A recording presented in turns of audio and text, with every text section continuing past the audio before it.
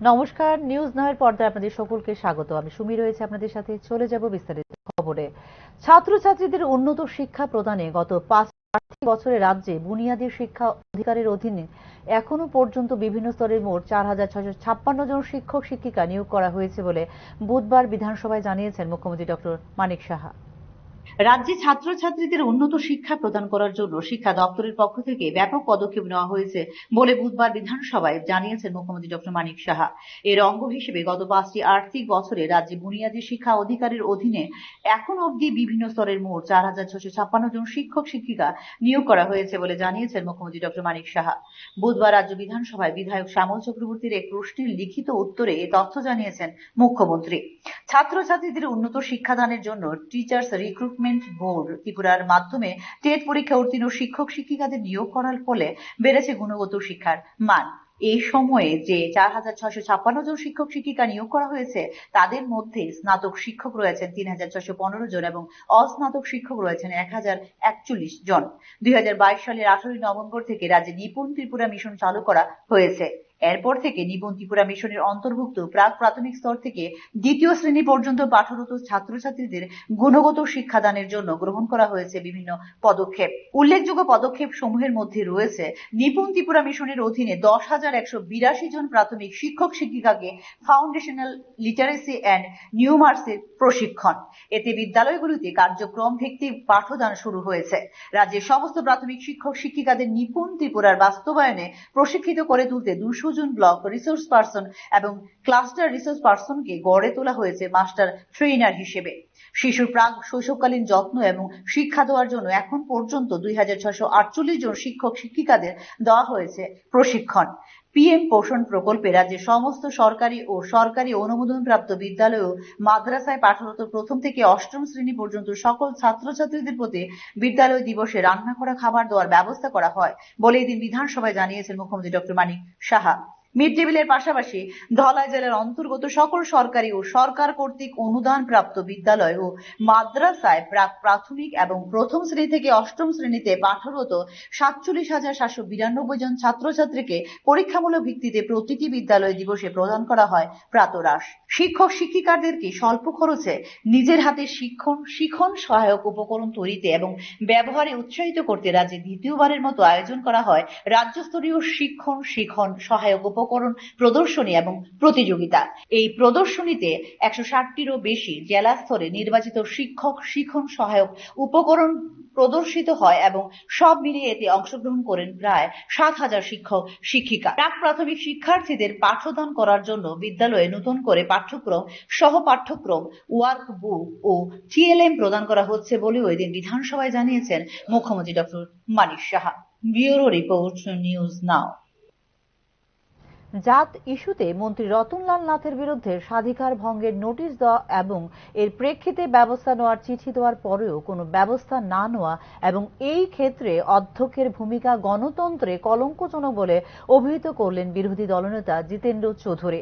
সার্বিক পরিস্থিতিতে চলতি বাজেট অধিবেশনের বাদবাকি সেশন বয়কট করার সিদ্ধান্ত নিল সিপিআইএম।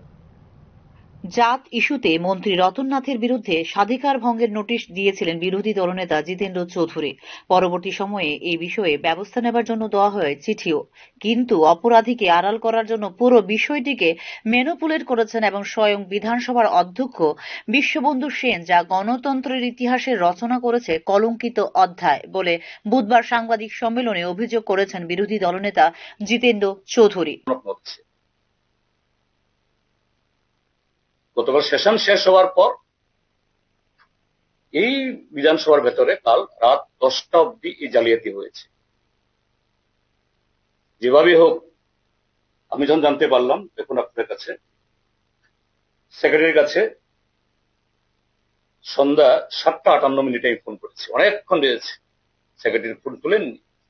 রাত 10টার উপরে এই অফিস খোলা ছিল। তখনই এখানকার যে এই অডিও ভিজুয়াল যারা চালান অপারেটর, তাদেরকে ডেকে ধমকিয়ে যারা লেখান সমস্ত বয়ানগুলো লিখতে হবে তার মতো করে, এবং যতটুকু এটাকে ডিস্টর্ট করা যায় এবং রাত্রেবেলা বসে এই যে আজকে 1 নম্বরে অভিযোগ পেয়েছে বলে যেটা শোনালেন, আজকে এটা শোনানো হলো। আমার বক্তব্য হলো, ভুল হতে পারে, অপরাধ হতে পারে, অপরাধীরা করে, যারা এরকম অপরাধ করে নিচ্ছে অপরাধ, কিন্তু তার চাইতেও বড় অপরাধী হলো এই অপরাধীদেরকে আড়াল করার জন্য যারা এরকম যে অনৈতিক ভাবে এটা ম্যানিপুলেট করে, এটা ক্লাইম্যাক্স তৈরি করে করেছে আজকে এই ত্রিপুরা বিধানসভাতে হয়েছে, এবং দুর্ভাগ্যের চেয়ার থেকে। বিধানসভার রুলস ভঙ্গ করেছেন অধ্যক্ষ। গণতন্ত্রের বিধানসভায় নেমে এসেছে অমাবস্যার অন্ধকার। চলতি বিধানসভার বাজেট অধিবেশনের বাকি সেশন বয়কট করার সিপিআইএম এর সিদ্ধান্তের ঘোষণা দিয়েছেন বিরোধী দলনেতা জিতেন্দ্র চৌধুরী। এগুলি সবগুলাকে জলাঞ্জলি দিয়ে যা করা হলো, আমরা সিপিআইএম এর প্রতিবাদে এই সেশনের পুরো বাকি দিবসগুলো আমরা বয়কট করছি। কারণ এই স্পিকারের তার বিহেভিয়ার যদি পরিবর্তন না হয়, এখানে জনগণের কথা তোলা যাবে না, কৃষকের তোলা যাবে না, শ্রমিকের তোলা যাবে না, বেকার যুবকদের তোলা যাবে না, সাংবাদিকরা আক্রান্ত, যারা বহু পয়সা খরচ করে সংবাদপত্র চালান, যারা তাদের সাথে নানাভাবে এই কি বলে বঞ্চিত করা হচ্ছে, এ কথা তোলা যাবে না। তো এখানে কিভাবে সময় নষ্ট করে তাদের এই সমস্ত অগণতান্ত্রিক বেলাল্লাপনা দেখে আমাদের মূল্যবান সময় নষ্ট করা অনুচিত। আমরা এই বিষয়টি চলতি বাজেট অধিবেশনে বিরোধী দলনেতা জিতেন্দ্র চৌধুরীকে উদ্দেশ্য করে জাত নিয়ে মন্তব্য করেন মন্ত্রী রতনলাল নাথ। এরপর থেকেই প্রতিবাদে বাজেট অধিবেশন থেকে দফায় দফায় ওয়াকআউট করে সিপিআইএম। যদিও এই মন্তব্য সিপিআইএম দলের প্রসঙ্গেই ছিল বলে পরবর্তী সময়ে জানিয়েছেন মন্ত্রী রতনলাল নাথ। বিষয়টি নিয়ে প্রথমে স্বাধিকার ভঙ্গের নোটিশ জারি এবং পরবর্তী সময়ে মন্ত্রী রতনলাল নাথের বিরুদ্ধে ব্যবস্থা গ্রহণের দাবি করে CPIM. Bureau report, news now. জাত ইস্যুতে মন্ত্রী রতনলাল নাথের বিরুদ্ধে মঙ্গলবারই স্বাধিকার ভঙ্গের নোটিশ দিয়েছিলেন বিধানসভার বিরোধী দলনেতা জিতেন্দ্র চৌধুরী। ছিল ব্যবস্থা গ্রহণের দাবিও, কিন্তু এই বিষয়ে অনুমতি না পাওয়ার প্রতিবাদে বুধবার বিধানসভার ওয়েলে নেমে আবারও একবার বিক্ষোভ প্রদর্শন করেন সিপিআইএম বিধায়করা। পরবর্তী সময়ে বিধানসভা থেকে ওয়াকআউট করেন সিপিআইএম বিধায়করা। উল্লেখ করা যেতে পারে, মন্ত্রী রতনলাল নাথের বিরুদ্ধে ব্যবস্থা গ্রহণের দাবিতে মঙ্গলবারও বিধানসভা থেকে ওয়াকআউট করেছিল সিপিআইএম সাংসদরা। স্পিকার স্যার, আমার পোলিং অ্যাটেনশনটি হচ্ছে বাসমেট ভিত্তিক শিল্পকে আরো বেশি করে আকর্ষণীয় ও লাভজনক করতে সামুনো বিধানসভা কেন্দ্রে একটি ব্যাম্বো পার্ক করার জন্য দপ্তর কর্তৃক প্রয়োজনীয় উদ্যোগ নেওয়া সম্পর্কে ওনার আনিত দৃষ্টি আকর্ষণের নোটিশ সহ আমার অনুমতি দিয়েছি। এখন আমি শিল্প বাণিজ্য দপ্তরের ভারপ্রাপ্ত মাননীয় মন্ত্রীকে এই দৃষ্টি আকর্ষণের নোটিশ ও বিবৃতি বলার জন্য অনুরোধ করছি। যদি তিনি আজ বিবৃতি অপারগ হন, তাহলে তিনি আমার পরবর্তীতে তারিখ জানাবেন, যেদিন তিনি এই বিষয়ে বিবৃতি দিতে পারবেন। শিল্প অধ্যক্ষের সংবিধান অবমাননার প্রতিবাদে ত্রিপুরা বিধানসভা প্রাঙ্গণে ডক্টর বি.আর. আম্বেদকরের মূর্তির পাদদেশে বুধবার বিক্ষোভ প্রদর্শন করেন সিপিআইএম বিধায়করা। ত্রিপুরা বিধানসভার অধ্যক্ষ বিশ্ববন্ধু সেন ক্ষমতার অপব্যবহার করে পরিষদীয় মন্ত্রী রতনলাল নাথকে বাঁচিয়েছেন।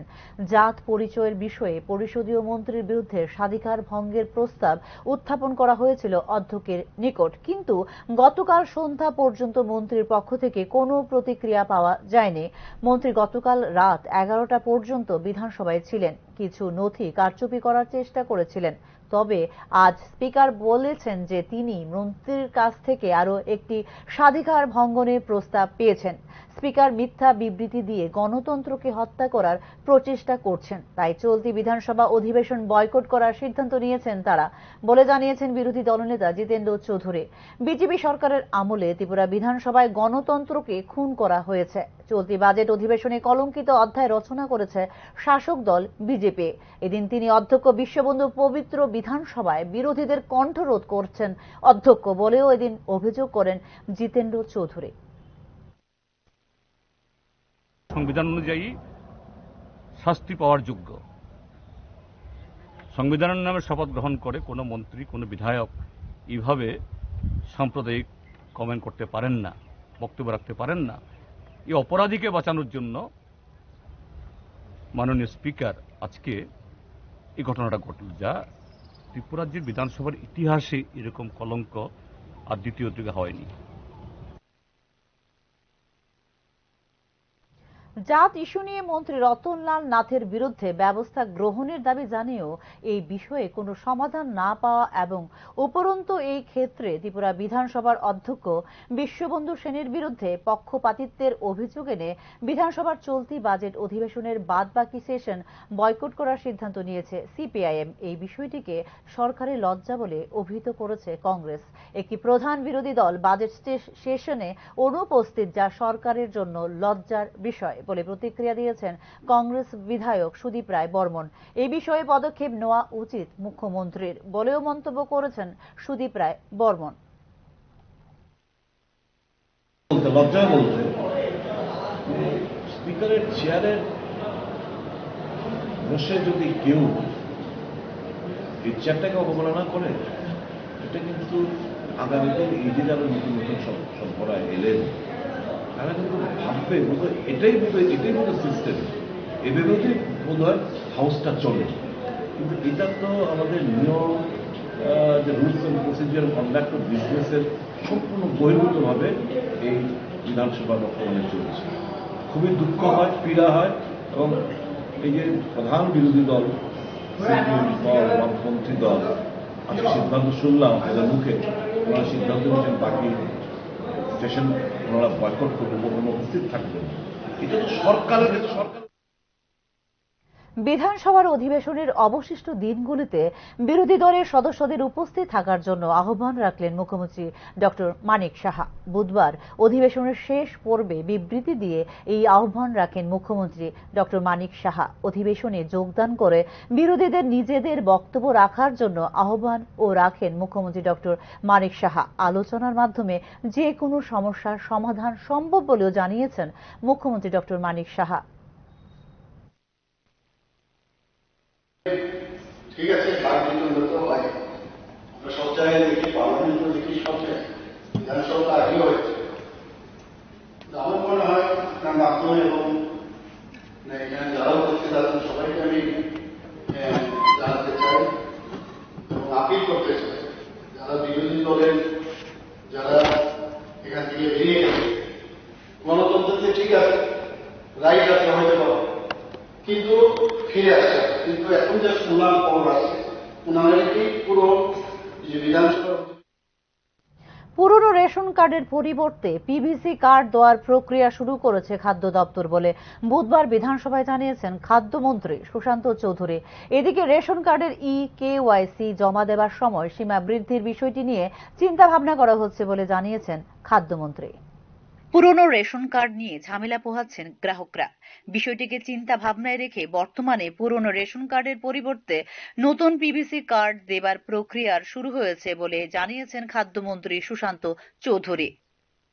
মাননীয় সদস্য নয়ন সরকারের যে প্রশ্ন, রাজ্যে গ্রাহকদের নতুন করে ডিজিটাল রেশন কার্ড দেওয়ার উদ্যোগ গ্রহণ করা হয়েছে কি, এবং হয়ে থাকলে কবে নাগাদ নতুন করে ডিজিটাল রেশন কার্ড দেওয়া হবে বলে আশা করা যায়। কালকে ওই বিষয়ে আলোচনা হয়েছে। আমরা ডিজিটাল রেশন কার্ড দেওয়ার কোনো এখন পর্যন্ত সিদ্ধান্ত গ্রহণ করিনি, তবে পুরনো যে রেশন কার্ডগুলো সেগুলোর বদলে আমরা পিভিসি কার্ড দেওয়ার প্রক্রিয়া আমরা শুরু করি। এদিকে বিধানসভার বাজেট অধিবেশন পর্বে অপর এক প্রশ্নের জবাবে রেশন কার্ডে কেওয়াইসি জমা দেবার সময়সীমা 31শে মার্চ থেকে আরো বৃদ্ধি করার বিষয়টি নিয়ে চিন্তা ভাবনা করা হচ্ছে বলে জানিয়েছেন খাদ্যমন্ত্রী সুশান্ত চৌধুরী। কেওয়াইসি যদি না করা হয় তবে আমরা পিভিসি রেশন কার্ড গুলো প্রদান করতে পারছি, কারণ অনেক পরিবার রয়েছে যারা ধরুন 5 জন মেম্বার রয়েছে আপনার বাড়িতে, 2 জন বা 3 জন ব্যাঙ্গালোরে থাকে চাকরি সূত্রে বা পড়াশোনার সূত্রে, আপনার বাড়িতে 2 জন রয়েছে, কিন্তু 2 জন কেওয়াইসি করিয়ে নিয়েছে, কিন্তু বাকি যে 3 জন তারা যতক্ষণ না এসে কেওয়াইসি করাচ্ছে আমরা সেখানে কার্ডের মধ্যে নামগুলো লিপিবদ্ধ করতে পারছি। এটা একটা অন্তরায়। তারপরে আমি আপনাকে বলবো যে আমাদের এ মাসের 31 তারিখ পর্যন্ত কেন্দ্রীয় সরকার টাইম ফ্রেম করে দিয়েছিল কেওয়াইসি সম্পন্ন করার জন্য।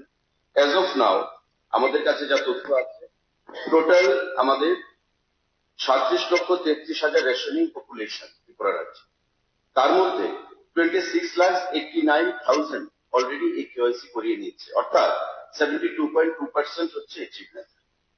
মাননীয় বিধায়িকা নন্দিতা রিয়াং দেববর্মা গতকালকে বলেছিলেন ওনার এলাকাকে নিয়ে, এবং আমিও আলোচনা করেছিলাম, এবং আমি আশ্বস্ত করতে চাইছি হাউসকে যে কেওয়াইসি আমাদের 31 তারিখ পর্যন্ত কেন্দ্রীয় সরকার টাইম দিয়ে দিয়েছে, তারপরেও সকল মানুষের স্বার্থে সেটা বাড়ানো যায় কিনা। রাজ্যে বর্তমানে পারিবারিক রেশন ব্যবস্থার অন্তর্ভুক্ত রয়েছেন 37,33,000 গ্রাহক। এই ক্ষেত্রে কেওয়াইসি জমা দিয়েছেন 26,89,000 গ্রাহক, অর্থাৎ এক্ষেত্রে প্রায় 28% গ্রাহক এখনো জমা দেননি কেওয়াইসি। ব্যুরো রিপোর্ট, নিউজ নাও। কালোবাজারি রুখতে নিয়োগ করা হবে ফুড ইন্সপেক্টর। এক্ষেত্রে 15 জন ফুড ইন্সপেক্টর নিয়োগের বিজ্ঞপ্তি আগামী 20 দিনের মধ্যে প্রকাশ করা হবে বলে বিধানসভায় জানিয়েছেন রাজ্য সরকার।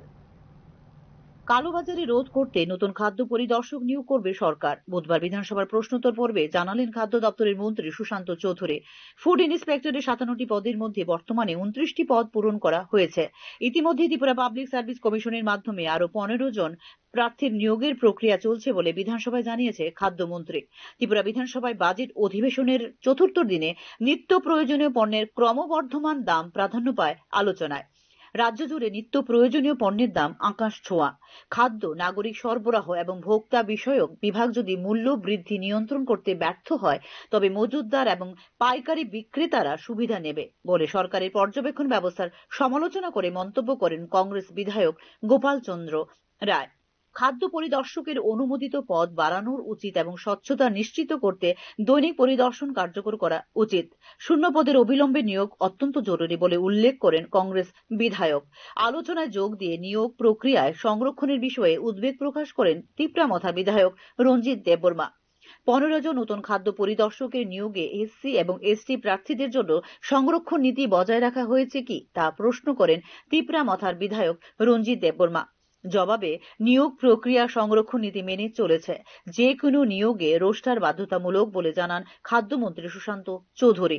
মোট পদের মধ্যে 31% তফসিলি উপজাতি প্রার্থীদের জন্য, 17% তফসিলি জাতি প্রার্থীদের জন্য এবং বাকিগুলো অসংরক্ষিত বিভাগের জন্য ব্যবস্থা করা হয়েছে। 33% পদ মহিলা প্রার্থীদের জন্য সংরক্ষিত রয়েছে বলে জানান খাদ্যমন্ত্রী। পদ তৈরি এবং পূরণের জন্য অর্থ দপ্তরের অনুমোদন প্রয়োজন। 20টি খাদ্য পরিদর্শকের পদের জন্য আবেদন করে এই ক্ষেত্রে 15টির অনুমোদন দেওয়া হয়েছে অর্থ দপ্তর থেকে। আগামী 20 দিনের মধ্যে এই বিষয়ে বিজ্ঞপ্তি জারি করা হবে বলে বুধবার বিধানসভায় জানিয়েছে রাজ্য সরকার। Bureau report, news now. সময় ছোট্ট বিরতির, সঙ্গে থাকুন। আপনি দেখছেন নিউজ নাও, আমরা জানি কোনটা খবর। প্রথম আলো এলো শুদ্ধ সকাল, শুদ্ধ সলিলে আজ বাজালো ত্রিতাল, মন্দিরে শুদ্ধ পূজার ধ্বনি, অগ্নি শুদ্ধ হলো সিঞ্জিনি, পরিণীতা নারী তুমি অনুপমা, শুদ্ধ সোনায় সাজো হে নিরুপমা। শুদ্ধতার স্বর্ণ মন্দির, কালিকা জুয়েলার্স, আগরতলা। একটু চেষ্টাতেই দুল লেগে যায় নববধূর কানে, একটু চেষ্টাতেই মানিয়ে নেওয়া যায় বিবাহিত জীবনে। নানা অনুভূতি জড়ানো বিয়ের গয়না, শ্যাম সুন্দর কোম্পানি জুয়েলার্স। আপনি দেখছেন নিউজ নাও, আমরা জানি কোনটা খবর। বিরতির পর আবারও স্বাগত। যথাযোগ্য মর্যাদায় বুধবার আগরতলা বাংলাদেশ হাই কমিশন অফিসে পালিত হল মহান বিজয় দিবস। এই উপলক্ষে বাংলাদেশের জাতীয় পতাকা উত্তোলন করে স্বাধীনতার যুদ্ধে যারা নিহত হয়েছেন তাদের প্রতি শ্রদ্ধা নিবেদন করেন বাংলাদেশের সহকারী হাই কমিশনার আরিফ মোহাম্মদ। 1971 সালের 26শে মার্চ বাংলাদেশের মুক্তিযুদ্ধের সূচনা হয়েছিল। তৎকালীন পূর্ব পাকিস্তানে পাকিস্তানি সেনাবাহিনীর বিরুদ্ধে বাঙালি জাতি দীর্ঘ সংগ্রামে যুক্ত হয়ে 16 ডিসেম্বর পরিপূর্ণ স্বাধীনতা অর্জন করেন।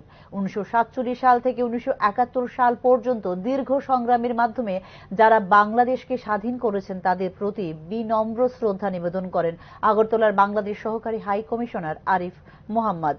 বাংলাদেশের স্বাধীনতা আন্দোলনে ভারতের অবদান, বিশেষ করে ত্রিপুরাবাসীর অবদানের কথা স্মরণ করে তাদের প্রতি কৃতজ্ঞতা ও ধন্যবাদ জানিয়েছেন বাংলাদেশ সহকারী হাই কমিশনার আরিফ মোহাম্মদ। আমরা বিশেষ শ্রদ্ধার সাথে এবং আন্তরিক কৃতজ্ঞতার সাথে স্মরণ করতে চাই তৎকালীন সময়ে ত্রিপুরার জনগণের প্রতি। 1971-এর মুক্তিযুদ্ধের সময় ত্রিপুরার জনগণ যেভাবে তাদের সবকিছু দিয়ে আমাদের পাশে দাঁড়িয়েছিল তাহা ভোলার নয়। আমরা সবসময় জাতি হিসেবে, বাংলাদেশি হিসেবে আমরা এই ত্রিপুরার এই অবদানকে কৃতজ্ঞতার সাথে স্মরণ করে আসছি।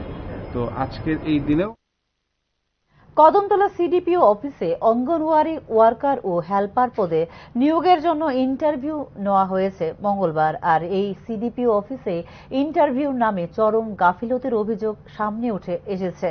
এ নিয়ে তীব্র ক্ষোভের সঞ্চার হয়েছে সংশ্লিষ্ট মহলে। অঙ্গনওয়াড়ি কর্মী ও হেল্পার পদের ইন্টারভিউর জন্য medical officer, inspector of school ও সিডিপিও ব্লক আধিকারিকদের উপস্থিতিতে ইন্টারভিউ না নিয়ে 3 জন সুপারভাইজারকে দিয়ে ইন্টারভিউ পর্ব সম্পন্ন করার অভিযোগ উঠেছে কর্তৃপক্ষের বিরুদ্ধে। অভিযোগের সত্যতা যাচাই করতে কদমতলা সিডিপিও অফিসে গিয়ে সাংবাদিকরা জানতে চাইলে সংশ্লিষ্টরা কোনো সদুত্তর দিতে পারেনি।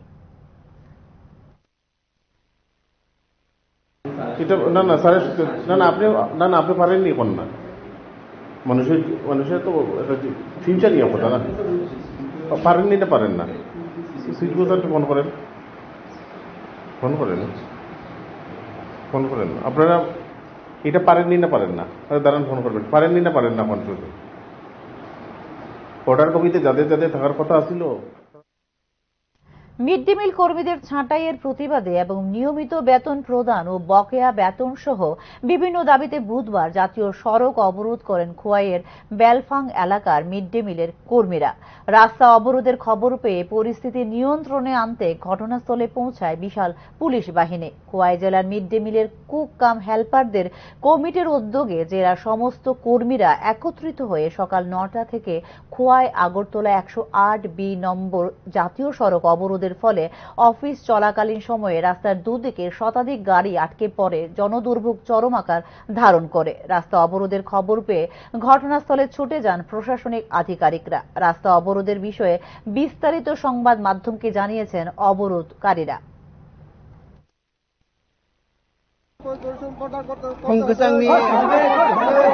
মিডিয়া বন্ধুরং এবং মিডিয়া ফ্রেন্ড বেলাইনে বেলাইনে খাম হামবাই জিবাই আমার তিনি লামা কাসনের কারণ কি মনো দীর্ঘদিন চিংরম্বই 2002-2003 থেকে চিনি অমাইকে স্কুল মামু সবাই ফেমিনি কিন্তু 20 বছর পার হয়ে থাকা তাবক চিনি বেতন বাড়িয়া আপনি বাকে চিনি বেতন বাড়িয়ে বাকে চিং হাপাং। এখনকার মতো সংবাদ এই পর্যন্তই। নমস্কার, শুভরাত্রি।